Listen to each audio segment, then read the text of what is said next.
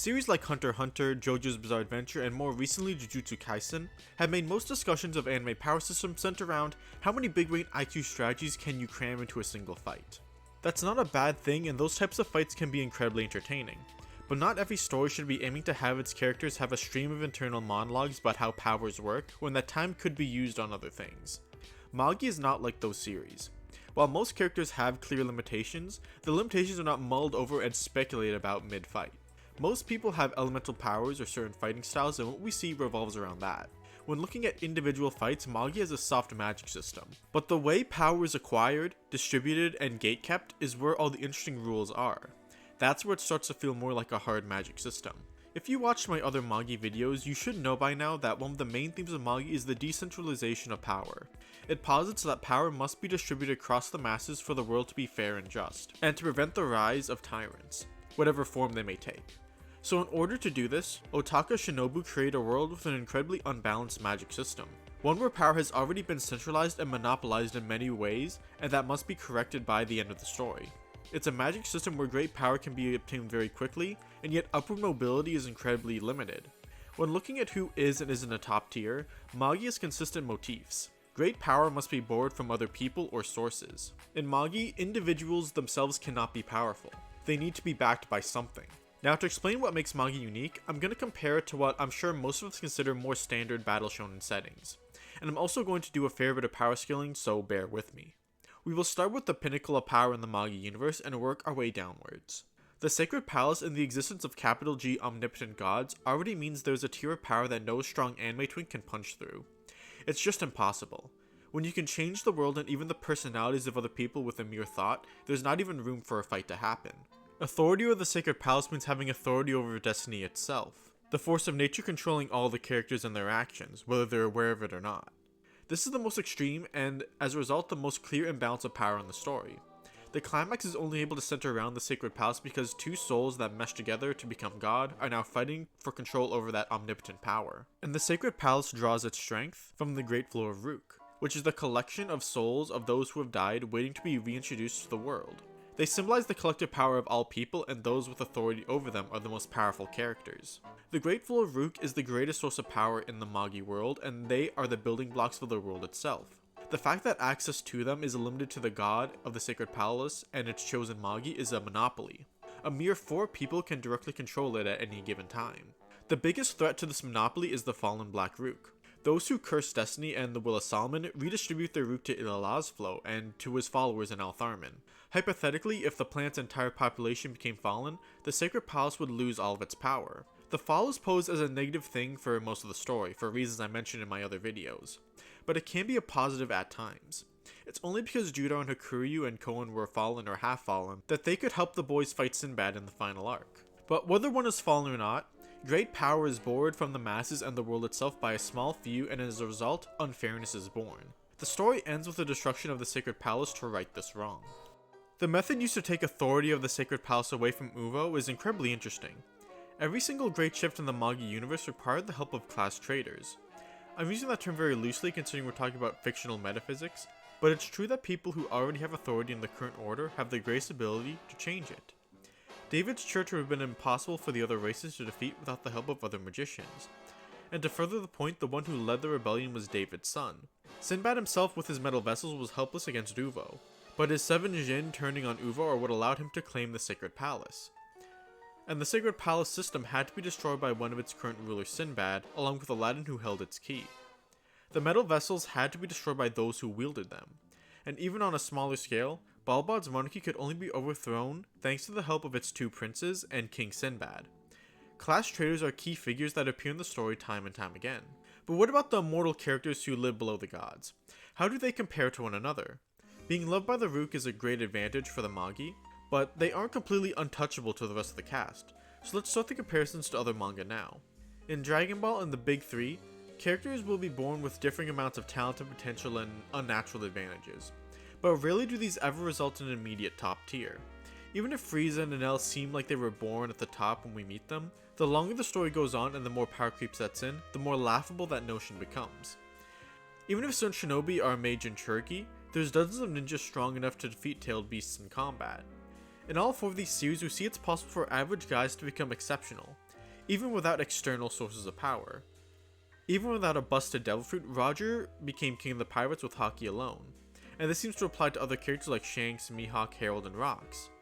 Renji was an average and fairly young Soul Reaper who eventually became stronger than most captains by just training his ass off. Might Guy can fight a god in the making like Ten Tails Madara because he had spent his whole life preparing to do so. And Goku, despite being born a runt of the sane litter, managed to reach and exceed every ceiling set in the original Dragon Ball. But Magi's much different. The strongest characters in Magi, without exception, are metal vessel users and Magi themselves. Countless times it's stated that metal vessels could destroy a whole country overnight. We see those capable of Jin equip can defeat whole armies with ease. They are pretty transparent allegories for nuclear weapons. Even a small nation with a metal vessel can have more military strength than a country many times its size. But in practice, larger countries like Ko, Lim, and Parthivia naturally obtain more metal vessels than smaller countries, and this is simply because their larger territory gives them better odds of a dungeon spawning within their borders. Or their already great power, abundant resources, and large population gives them the means to take territory that has a dungeon in it. The only way to obtain a metal vessel is by conquering one of these dungeons and being acknowledged by the Jin within. The king's vessels borrow power from the Jin to become the strongest human characters in the story, and this power is almost entirely monopolized by the elites of the setting. Every king vessel we've seen have either been members of elite castes like royalty or high-ranking noblemen and military. The only exceptions conquer the dungeons because they were led there by a Magi. Sinbad and Alibaba, who entered their first dungeon with nothing but the clothes on their back, were still led there and assisted by Yunnan and Aladdin. If they weren't chosen by literal agents of destiny, they may not have acquired their first metal vessels. There are no plucky young commoners who have worked extra hard and got a metal vessel by themselves without great status or a Magi's divine intervention. Even if that's the story Sinbad tells people about himself.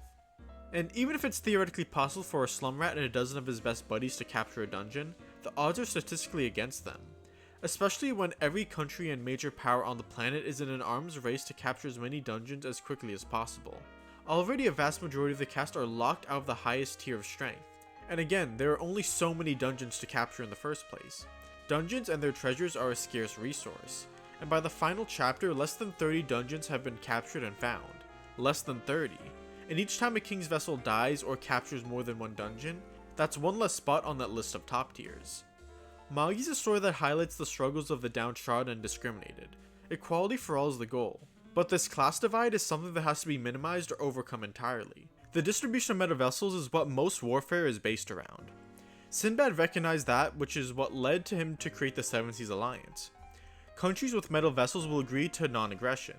If they didn't, then the fate of whole countries would be determined by a single battle and would result in one side's immediate devastation. One upside is that now the mere threat of metal vessels can end a conflict before it begins, which is what Sinbad capitalizes on to create this sense of peace. In the entire manga and its spin-off, we only see 4 extended fights between Jin equips, and 2 of those were just sparring matches. The only real battles were Parthivia's invasion of Sindria and Alibaba's fight with Kuryu. One of the best examples of this fear is when Sinbad finally makes a move against the Ko Empire. Koen surrenders, knowing that the imbalance of metal vessels would destroy his army. Even if they could take down some of Sinbad's army with them, the sheer destruction and human loss would be too great.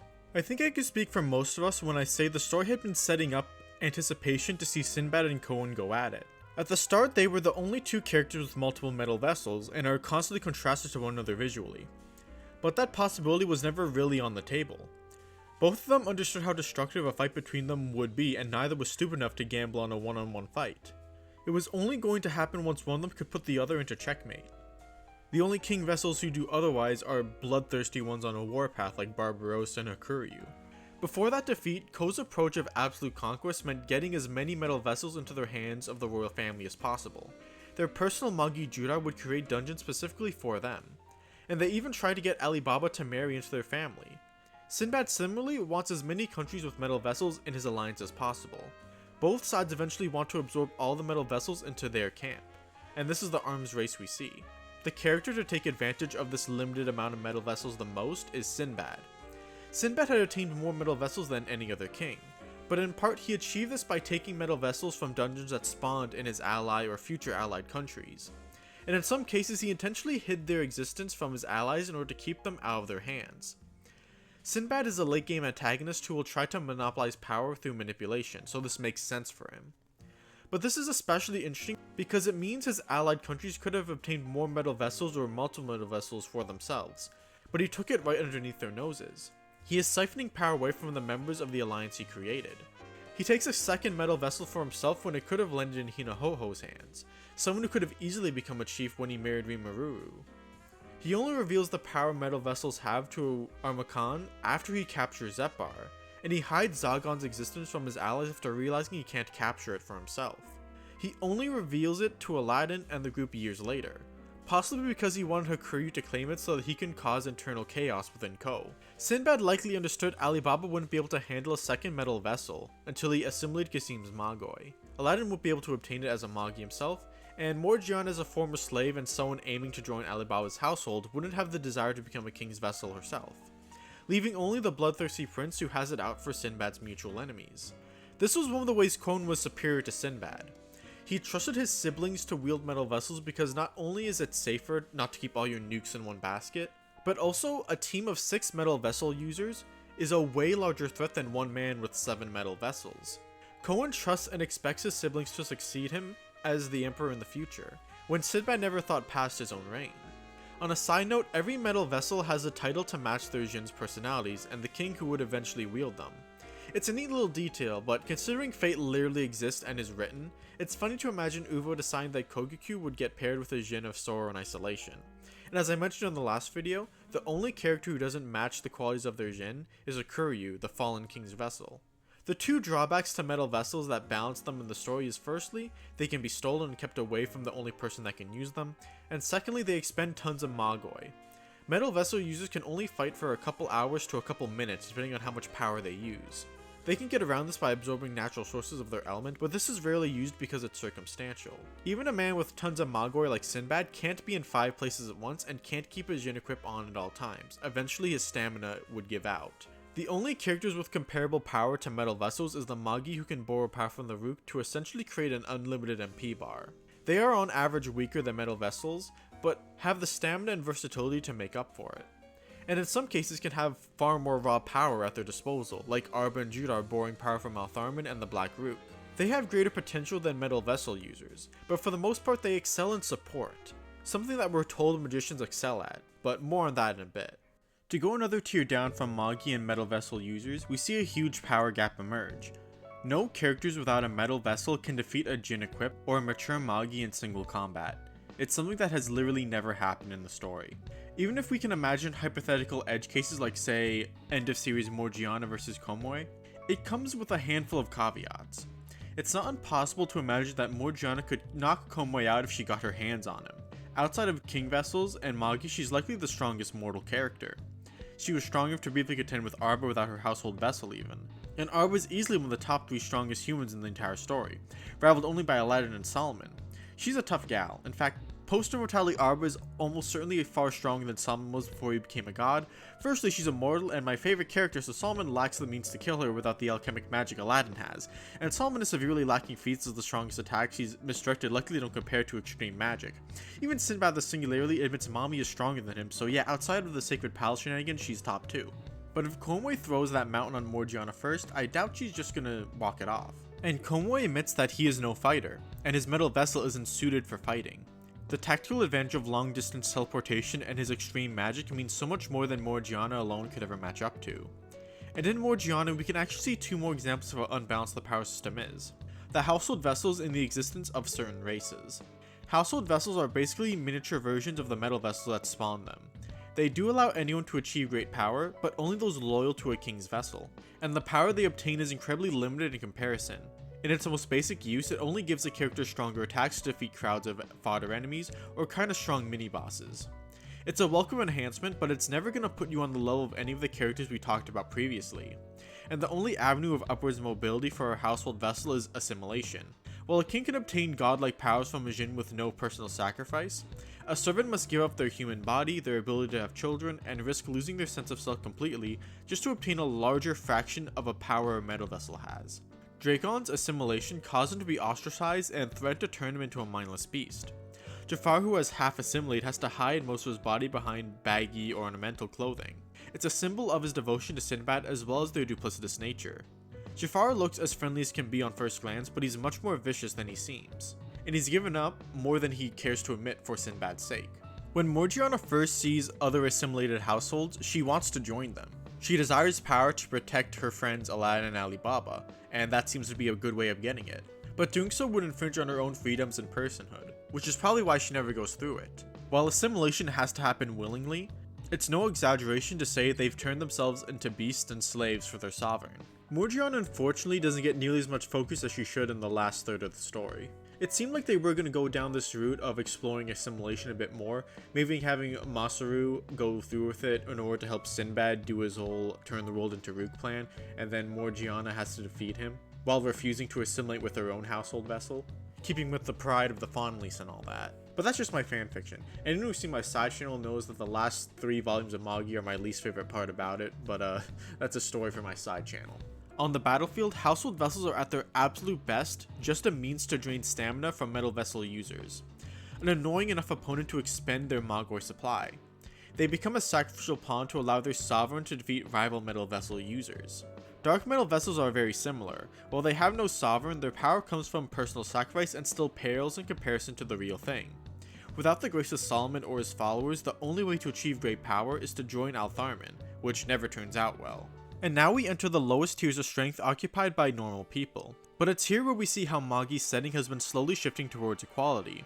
See, all the elements we talked about so far, Magi, metal vessels, and the Sacred Palace, they're all holdovers from Al-Mataran.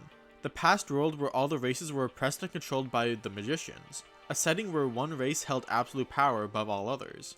While the Magi system and the metal vessels are unfair, that system is far more fair and has far more tiers of strength than Al-Mataran had. Either you're a magician, or a wielder of a god staff, or a powerless individual at the mercy of the first two. The second world is more balanced in comparison, and we see that progress is because of King Solomon and his followers. This happened most blatantly with the change in destiny and the root turning from black to white. We went from one entity controlling destiny by itself to a world where everyone had a limited control over the future and their own destiny. But there is still tons of improvements to be made. Solomon's will in the Great Flow would eventually have all the races evolve in similar ways to offset their imbalances between them. In addition, Solomon's will would also miraculously make everyone speak the same tongue, regardless of what culture or what part of the planet they came from. The only exceptions are the Tron people, who are descendants from the last world. One of the challenges of writing a fantasy setting of this nature while making equality one of your core themes is how do you give every race a unique flavor of superpowers while not making some races objectively better than others? Magi's solution is fairly simple for the most part. The Imachuk might be physically stronger than most other races and can swim much better, but they don't do well in warm climates. And even a seasoned Imachuk warrior like Hina-Ho-Ho, who is even capable of Mogwai manipulation, can still tie with a normal skilled warrior like Mistress. Some races may have certain abilities or advantages, but nothing so overwhelming that it leads to huge imbalances, with 2 exceptions. The Fondleys were so powerful that even Solomon's will couldn't take it away over the generations. Even in their human forms, they carry more power than any other race. The seasoned Imachuk warrior Hina-Ho-Ho could barely fight off a child like Masaru, and full-grown Fondleys are basically unstoppable in combat. The Fondleys were only able to be captured and made slaves because they had low numbers and those who hunted them would use underhanded methods like poison or taking their young hostage. Their one drawback compared to other races is that they have comparably little Mogwai compared to them, which I think implies that part of the evolution caused by Solomon's will was to give all races Mogwai, because in Al-Mataran only magicians had access to magic in any form. So now that they all have more Mogwai, they can all wield metal vessels. As I said earlier, that's not exactly fair given the nature of metal vessels, but the art of Mogwai manipulation is a great equalizer. Any warrior equipped with that is pretty much set to fight off anyone who isn't a Magi, metal vessel user, or a household vessel. And the Fondleys, whose evolution was isolated, gained very little, if any, Mogwai. But regardless of that weakness, the Fondleys are still combatively the most powerful race on the planet. Their only competition is the Magicians, the other holdover from Al-Mataran. Magicians were severely nerfed by Solomon's patch. Without access to God Stabs or Ilala's flow, their own Mogwai had to fuel their spells. And with the knowledge of Al-Mataran wiped from the world, so did all the magical formulas they created. The Magicians of the Second World had to start over from scratch. Despite the fact that these two races really stand out as the strongest, they are held back when we remember metal vessels are a thing. Fawnleys have little Magoi, and so Mu, the only Fawnleys to have shown to have a metal vessel, has the shortest time limit to stay in a Jin equip. And he's even just a half-breed, like he has slightly more Magoi than a normal full-blooded Fawnleys, I would think. And magicians themselves can't use metal vessels at all. Well, on the subject, I really want to appreciate how the rules for magic make for a good soft magic system that puts just enough effort to convince you that there is science behind it. The scientific root formulas are literally applicable to all the magic we see in the story, but because it's ultimately something most characters don't have to understand, it never eats up more space than it needs to. Magicians were nerfed a great deal, but they still have enough advantages to allow the brightest of them to match household vessel users. However, as magicians create more advanced tools, the gap between themselves and everyone else closes little by little. Yamaraha says early on that magicians are best suited for support roles, and we see this echoed strongest in the metal vessels themselves, as well as the relationships between Magi and their king's vessels. Magicians are the people that can bring power to other people if they really want to. And while it might be tempting to say magicians' ability to see the root and to understand magic formulas makes them inherently smarter or greater than other races, is actually not true because of this one weird detail in the climax of the story. After Alibaba died, he learned maximum magic. Now, he was in a circumstance where he'd only be able to use magic like a wizard in one instance, but his literal brain could comprehend the maximum magic formula, and he's not that smart, so if he could do it, any other human supposedly could, right? Magicians just happen to have more advanced eyes to see the root and the ability to control them. Their brains themselves don't appear to be superior in any regard. The final chapter of Magi leaves the characters in a chaotic world with uncertain rules. The Fawnleys are still there, some magicians appear to still have powers, although Magi themselves have just become normal magicians, and the metal vessels are gone entirely. But with magic tools and conventional science on the rise, it's unlikely normal races will fall behind everyone else. The second world was more fair than Almaturan, and this new world created was more fair than the last one. Thank you all for watching. I'm kind of burned out on Magi now. If you couldn't tell, the editing for this video was pretty darn lazy. After getting to the core of what made the characters and the story so good, I kind of just wanted to talk about more of the nerdy details I really liked, which is about the power system here. And with that said, I was told that the best way to help my channel grow is to just recommend people watch my other videos at the end of my videos. So if you like One Piece, I have a playlist for that. If you like Bleach, I have a couple cool videos about that. And if you like other anime and manga, you might find it in this list of this playlist right here. If you just like hearing me yap, I have a side channel called Evil Puff, which is actually probably going to do better than my main channel sooner or later. It kind of already does, honestly.